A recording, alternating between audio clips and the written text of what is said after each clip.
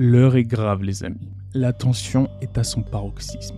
Au moment où je vous parle, une guerre invisible, silencieuse, est en train de se dérouler dans les coulisses du MMA français et à l'international entre les plus grands managers, les plus grands entraîneurs, pour essayer de déterminer qui occupera cette place dans le roster UFC pour la catégorie welterweight en France. Au moment où on se pose énormément de questions, très peu d'informations, beaucoup d'inconnus, beaucoup de mystères, est-ce que ce sera Abdul Abdouragimov ou Cédric Doumbé? On va essayer de répondre à cette question dans cette vidéo. Non, je déconne, les mecs, on arrête tout. On n'est pas dans un film ici.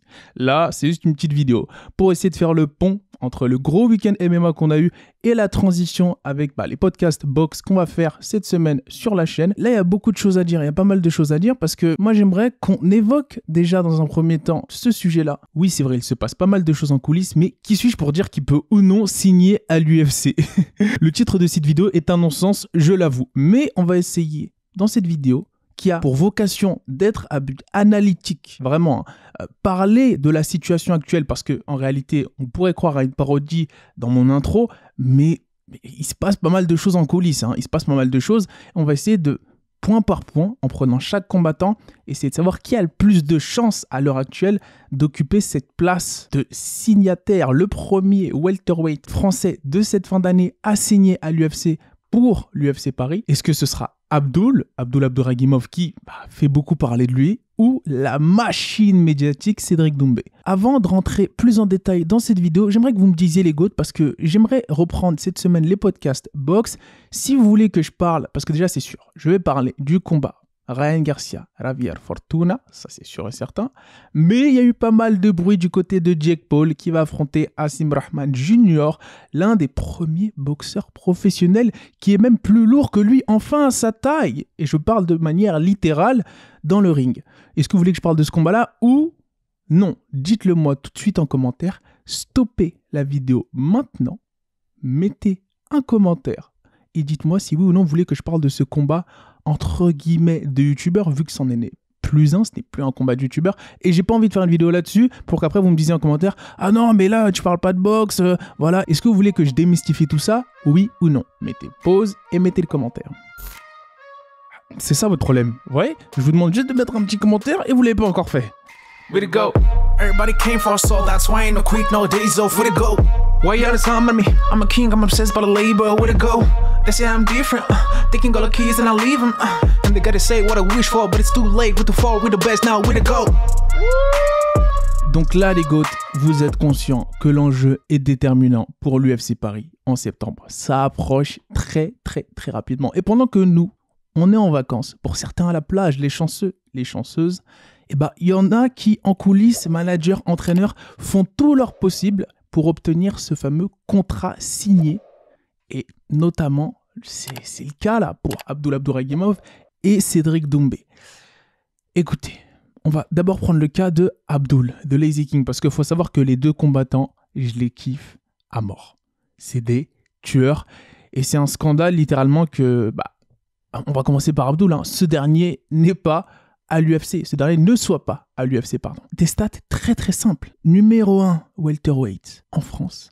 Numéro 70 classé sur Fight Matrix, donc le classement mondial. 70e mondial.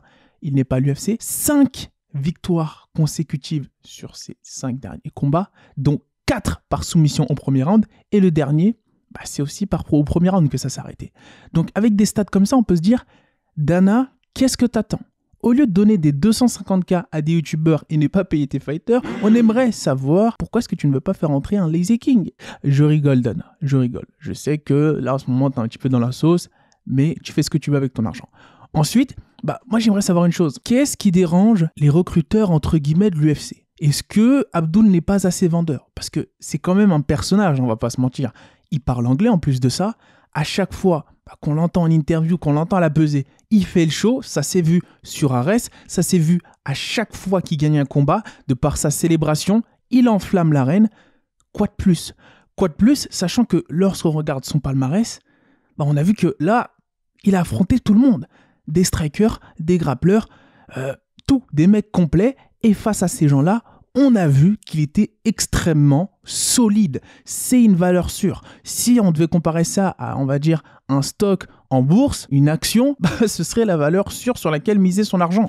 Abdul Abdurakhimov, on sait que ses premiers combats à l'UFC, potentiellement, s'il n'y a pas d'accident, il va très rapidement atteindre le top 15 et éteindre tous ses adversaires au premier round. Du moins, c'est ce que j'espère et c'est ce à quoi je m'attends en parlant d'Abdul. Et j'ai plus de certitude de ce côté-là parce qu'il y a pas mal d'inconnus du côté de Cédric Doumbé, mais on va y venir.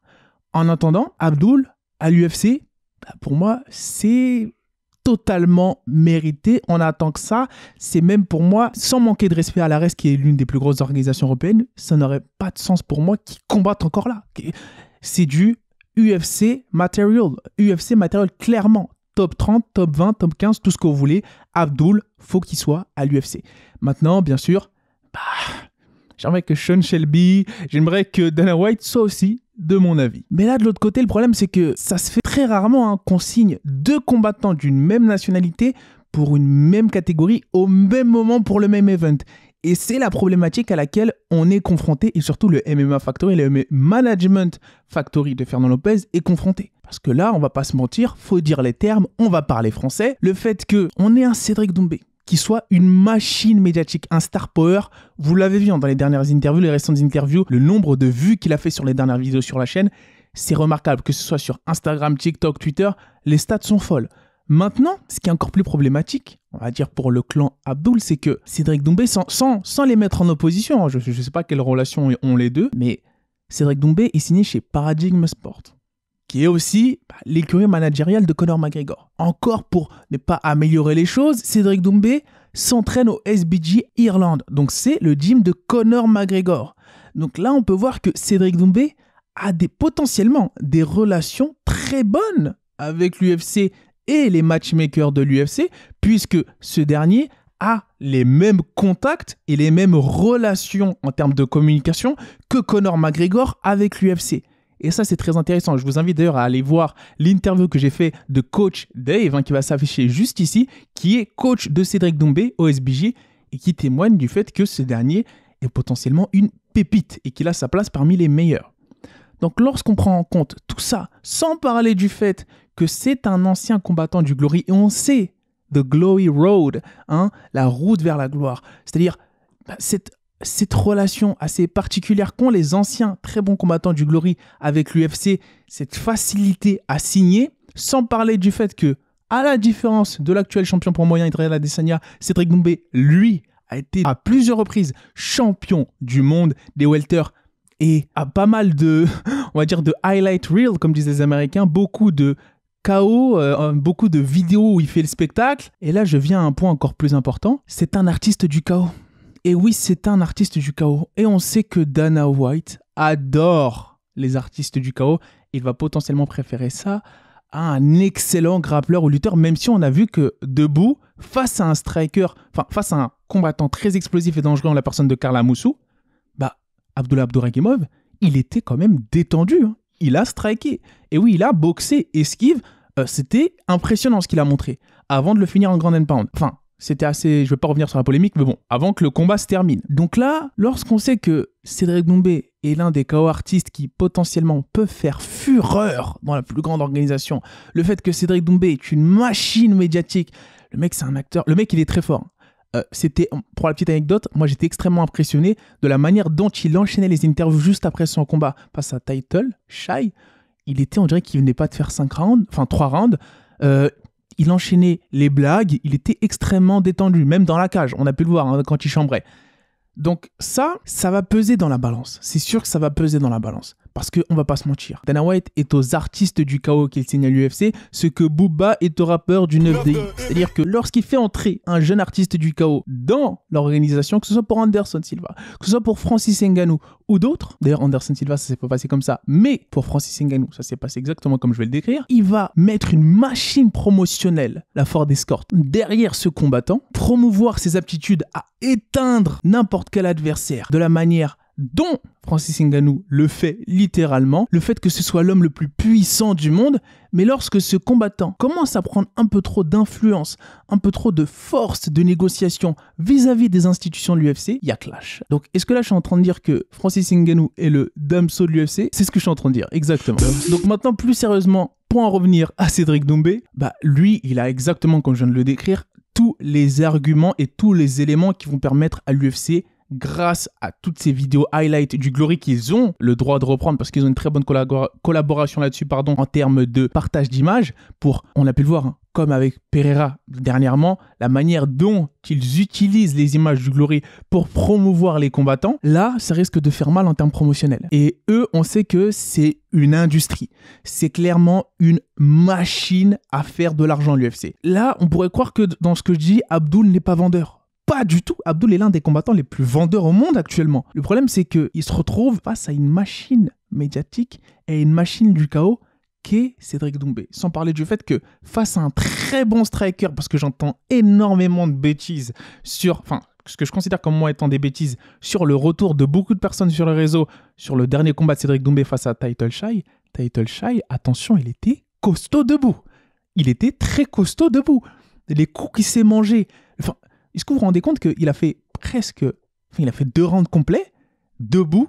Et certains diront qu'il a couru. Oui, certes, mais s'il reste en face. Vous n'étiez pas, je crois, au cirque d'hiver, au MMAGP, pour entendre l'impact des coups de Cédric qui résonnaient dans toute la salle. C'était un truc de fou.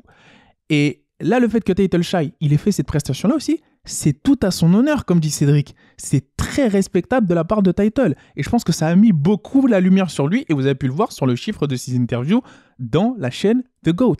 Maintenant, j'en reviens à la machine à KO et à la machine médiatique et notamment à la prestation de Cédric Doumbé au MMAGP où on a pu observer une patience.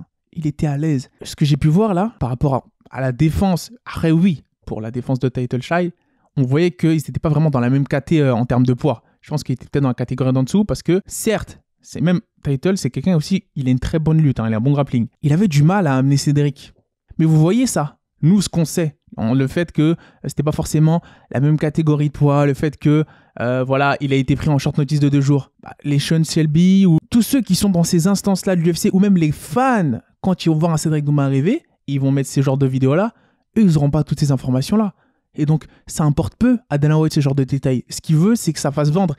Et pour l'instant, même si on peut dire ce qu'on veut, Cédric Doumbé n'a pas affronté des top grappleurs ou tout ce qu'il veut, moi je pense qu'il a largement les éléments visuels, les éléments dans la cage, les arguments qui vont lui permettre de signer. D'ailleurs, il en a parlé, il a déjà le contrat apparemment. Donc voilà. Est-ce que le fait qu'il ait déjà le contrat, ça va empêcher Abdul de signer? Je ne sais pas du tout. Et j'espère pas et je ne pense pas. On peut s'attendre à quelque chose de remarquable.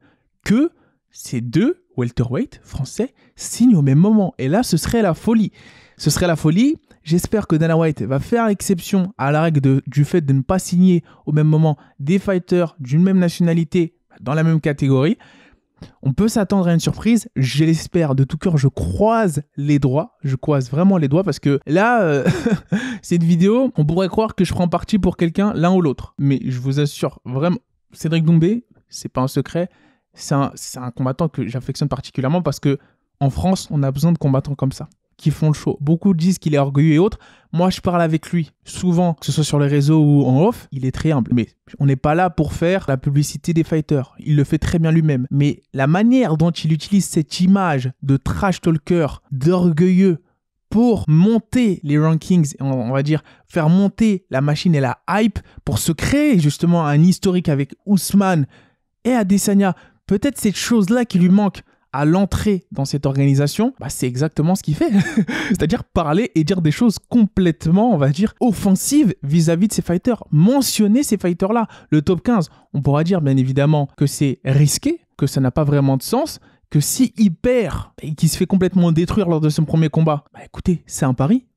C'est un pari que je respecte énormément et que je pense que c'est la stratégie à l'âge auquel il a. Je ne sais plus quel âge il a Cédric, mais en tout cas, à l'âge qu'il a, c'est la stratégie pour moi parfaite. Parce que s'il arrive et il claque un KO face à on est d'accord, avec la machine médiatique qui est derrière Cédric, je pense que l'UFC va construire autour de lui. Construire. Du fait qu'il maîtrise parfaitement l'anglais et qu'il ait une joute verbale si développée, ils vont lui mettre potentiellement, j'espère, un striker pour ses débuts, pour que ça fasse monter la sauce. Pour en revenir à Abdul, je vois plus un chemin à la... Là, vous allez dire que j'exagère, mais je vois plus un chemin à la Khamzat. Clairement. Khamzat Chimaev. C'est-à-dire que Abdul, je le vois arriver à l'UFC en espérant qu'il signe en septembre et éteindre ses adversaires de manière extrêmement rapide et enchaîné. Et même enchaîner, si vous voulez, potentiellement plusieurs combats sur plusieurs semaines parce que il va les choquer. Au sol, pour moi, c'est l'un des meilleurs au monde, si ce n'est le meilleur actuellement dans la catégorie. Et Cédric Doumbé, paradoxalement, c'est pour moi le meilleur striker dans sa catégorie au monde en MMA. Il n'y a pas photo. Même toute catégorie confondue. Là, on peut dire, j'exagère. Moi, j'ai vu ce qu'il a proposé au Cirque d'Hiver. Il y a des détails qui ne mentent pas. Face à un title shy qui est aussi un striker, les réflexes, l'intuition, l'instinct, ce que j'ai vu, c'est de très mauvais augure pour ses futurs adversaires s'ils n'arrivent pas à l'emmener au sol. Et ce, peu importe où ils sont classés dans le top 15. Oui, j'ai des grands mots. Oui, j'exagère pour certains. Pour moi, c'est le meilleur striker en MMA actuellement, c'est Cédric Doumbé. Et le meilleur grappleur dans la catégorie aujourd'hui, ouais, je pense qu'il rivalise avec le top 3 et le top 5, où on dit que j'exagère, mais Abdul, oui, je pense qu'il a largement sa place en termes de grappling. Il peut éteindre beaucoup de personnes dans le top 5. Si vous voulez, je peux vous dire qu'il est dans le top 3 en termes de grappling et il n'est pas 3e, Abdul, à l'UFC. Mais bon, ça, le temps nous le dira. En tout cas, moi, j'aimerais que vous réagissiez en commentaire et que vous me disiez, la God Family, qu'est-ce que vous pensez, vous ? Qui, entre guillemets, a le plus de chances de signer ? Moi, je pense que c'est Cédric en termes de... du fait de ses contacts, le Paradigm Sport, SBG Ireland, le fait qu'il ait été multiples fois, maintes fois champion du Glory, qui a une très bonne relation audiovisuelle avec l'UFC, ça vend beaucoup. Et on a un Abdul qui, tous les dés ne sont pas jetés. Il peut signer et il faut qu'il signe parce que si vous voulez que Cédric ne signe pas à l'UFC en septembre, pour moi, c'est pas un scandale de fou, même si je pense qu'il va signer. Mais que Abdul ne signe pas, moi, ça m'érisse le poil. C'est-à-dire que Abdul, pour moi, il a nulle part... Enfin, il doit être nulle part autre que dans un octogone de l'UFC pour son prochain combat. Pour moi, c'est un non-sens. Certes, le RS, c'est du très lourd. Ça envoie du très, très lourd. S'il défend sa ceinture, j'irais, c'est énervé. Je paierais même mes places s'il le faut. Enfin, je veux dire, c'est énervé. C'est aller voir Abdul combattre, c'est toujours un show monumental. Et le fait qu'il ne combatte pas potentiellement à l'UFC Paris ou même à l'UFC dans les prochaines semaines et les prochains mois, je serais extrêmement déçu de la part des matchmakers de l'UFC, de tous ceux qui s'occupent de ça. Je serais extrêmement déçu parce que le 70e mondial, qui pour moi éteint un bon nombre de personnes devant lui actuellement, et même dans le top 20 de l'UFC, et avec la manière, je pense qu'il va éteindre beaucoup de personnes avec la manière, ce serait une déception. Je pense qu'il a largement sa place. Je pense que celui qui a le plus de chances potentiellement de signer, c'est Cédric, mais les deux méritent énormément. Et surtout, Abdul, il mérite énormément. Maintenant, c'est le KO artiste, les gars. Dana White, ça lui fait baver un peu les KO artistes. Vous voyez, il voit ce cash cow, comme disent les Américains, cette machine à billets. Voilà, cette vache à lait à billets que tu peux presser. Et avec Cédric Doumbé, il peut se faire des millions. Un peu à la Adesanya qui devient entre guillemets boring. Mais Cédric, quand on a un adversaire qui est préparé et qui, on va dire, en face de lui, est sûr de son karaté et qui va aller à la confrontation avec Cédric, il a 80% de chances de se faire éteindre dans les 2 premiers rounds. Et j'aimerais le voir, moi, face à des lutteurs, face à des grappleurs de très haut niveau. Parce que moi, Cédric, dans son interview, il a dit que des Moldaves, des mecs qui étaient très durs au mal en lutte, n'arrivaient plus à le mettre au sol au SBJ Irlande, sachant que c'est un gym avec un très haut niveau de grappling. J'aimerais que ça se concrétise dans la cage. Et j'ai envie, pour moi, il n'y a pas de trop tôt. Pour moi, c'est vraiment pas du tout trop tôt. Si là, Cédric Doumbé entre à l'UFC, c'est la suite logique. On peut dire ce qu'on veut sur les 2 premiers combats qu'il a eu. C'était des faux combats, c'était des vigiles de je sais pas quoi. Pour moi, c'est la suite. Là, clairement, Doumbé, la suite logique, c'est l'UFC. Potentiellement l'UFC Paris, je sais pas, peut-être pas l'UFC Paris. Mais en tout cas, c'est l'UFC pour son prochain combat. Grosse machine médiatique. Et potentiellement l'une des plus grosses stars françaises, même star mondiale, parce que ça l'est déjà en kickboxing. Les gens oublient souvent que Cédric Doumbé a quand même fait le podcast de Joe Rogan, GR Podcast. Les gens oublient que Cédric Doumbé, dans le clivage, dans l'écosystème du MMA mondial, son nom résonne. Il avait même à l'époque call out un Nate Diaz ou un Nick Diaz, je sais plus, et les gens se disaient waouh, ah ouais, là Cédric, ça envoie du lourd. Et les gens, regardez les commentaires sur la page Instagram de Paradigm Sport, les gens sont excités à l'idée de voir que ces champions du Glory, notamment la personne de Cédric Doumbé, font la transition à MMA. Ils sont excités, les gens. Donc c'est-à-dire que Est-ce qu'il y a ce niveau aussi d'excitation chez Abdul? Totalement. On a pu le voir avec les articles des MMA Junkie et autres. L'attente se fait énormément peser pour Abdul. Vraiment, on a potentiellement peut-être là dans les mains. C'est un truc de fou. Je me dis, mais des fois, je me dis, est-ce que c'est de la chance ou non? C'est un dénicheur de talent, Fernand Lopez. C'est un monstre dans ce domaine-là. Et surtout, pas qu'un dénicheur. Dans la manière dont il a transformé aussi, transcendé un peu, on va dire, l'approche du fight game. Et ça aussi, on le doit aux autres coachs, que ce soit à la De La Riva à Nantes ou même Clément Marcoux. Cette agressivité qu'ils ont réussi, le MMA Factory et les autres camps, comme je disais, à insuffler dans Abdul, c'est, je pense, ce qui lui manquait pour taper dans l'œil des recruteurs de l'UFC. Et si vous voulez mon avis, je mise sur une signature des deux. Je ne sais pas si ça va être possible. Dites-moi en commentaire à la Goat Family. Dites-moi si ça va être possible. Mais moi, c'est mon souhait. J'aimerais que les deux signent à l'UFC. Et potentiellement l'UFC Paris. Et ce serait bénéf pour l'UFC. Plusieurs combats welterweight. Un avec Cédric, un avec Abdul. Pas forcément les mettre en opposition. Ça n'aurait pas vraiment de sens. Mais ce serait un truc de fou. Et c'est ce que je leur souhaite. Sur ce, la Goat Family, n'hésitez pas à réagir en commentaire. À vous abonner, liker, commenter. À rester tune-in sur la chaîne. Vraiment, restez branchés parce que là, on va envoyer du lourd. Et sur ce, je vous dis peace. Give me 5, give me 10, call me daddy. Everybody.